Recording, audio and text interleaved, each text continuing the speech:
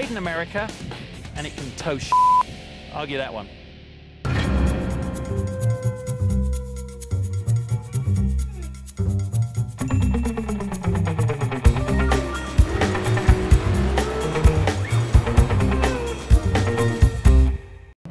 Within a very short period of time, the Grand Cherokee SRT has achieved, well, what can you say, an almost mythical reputation amongst its followers. And most of that is very justified, but one part that is undisputable is because of the SRT brand.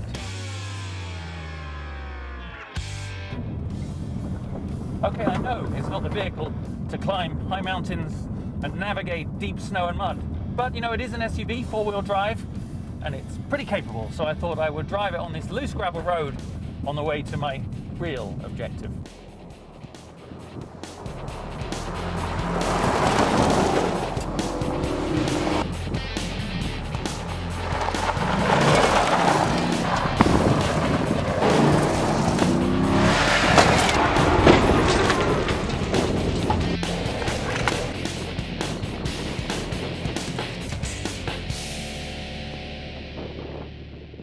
Well, to get technical on you, it's bigger, looks more powerful, and it hasn't even moved anywhere yet. And that's because it has been fully SRT'd.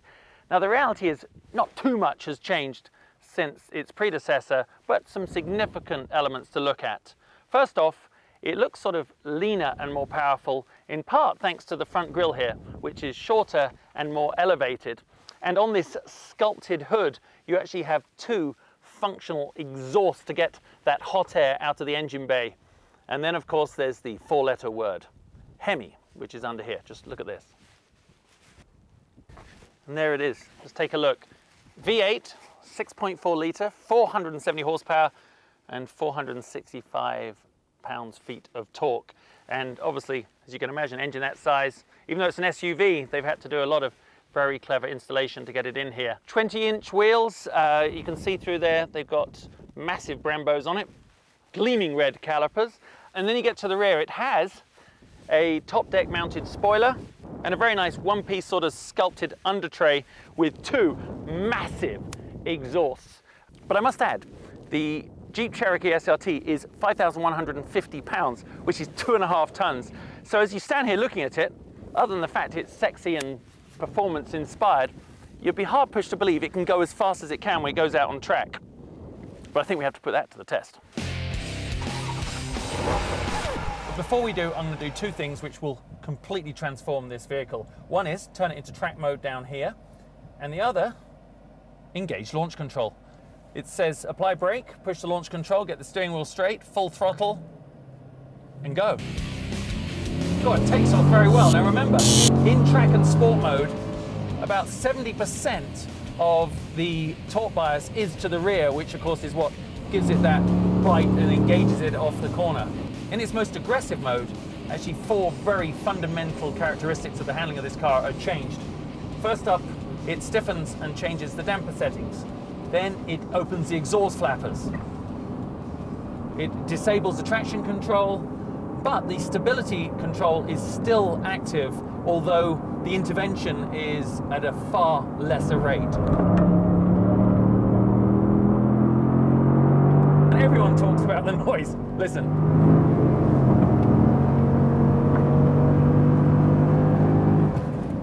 Coming off the corner, very capable. And of course it has an electronic diff, which really helps activate all that rear power and apply it to the ground. About 4 corners in, you completely forget that this is a family 5-seater SUV. 8 gears in principle sounds like a complete overkill to me, but now I'm taking it around the racetrack, you do seem to have exactly the right gear ratio for every corner, which normally is a pretty big compromise for most vehicles.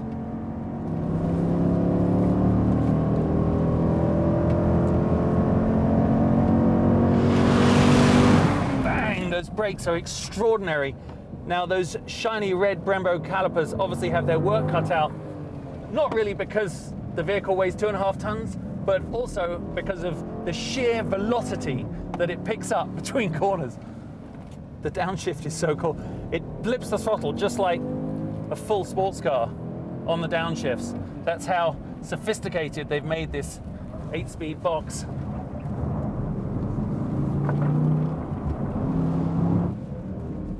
But the most impressive thing for me right now about the SRT is the way it gets its mid-corner grip. I head into the corner, I mean, as hard as I can, roll the brakes off into the apex just here, and as you'll see, it just, all four wheels bite. I mean, that is comparable in pace to definitely some of the mid-sized sedans that we've driven. Wow! God, through these edges here, it's just amazingly fast. I mean, that mid-corner grip is so extraordinary and the brakes so capable that I do feel that maybe bravery in this large vehicle is my only restriction. But now I've been driving it around the track, I do absolutely agree with everyone that's had the chance to drive it that this is so much more than a vehicle just to move people around with the animals and shopping in it. It really is an amazing option when it comes to performance SUVs. And of course it looks good. And I think it goes better.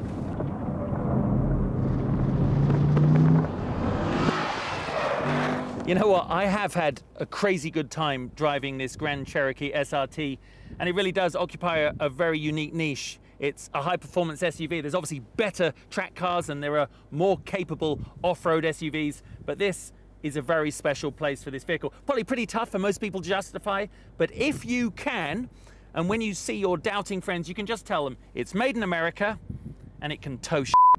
Argue that one.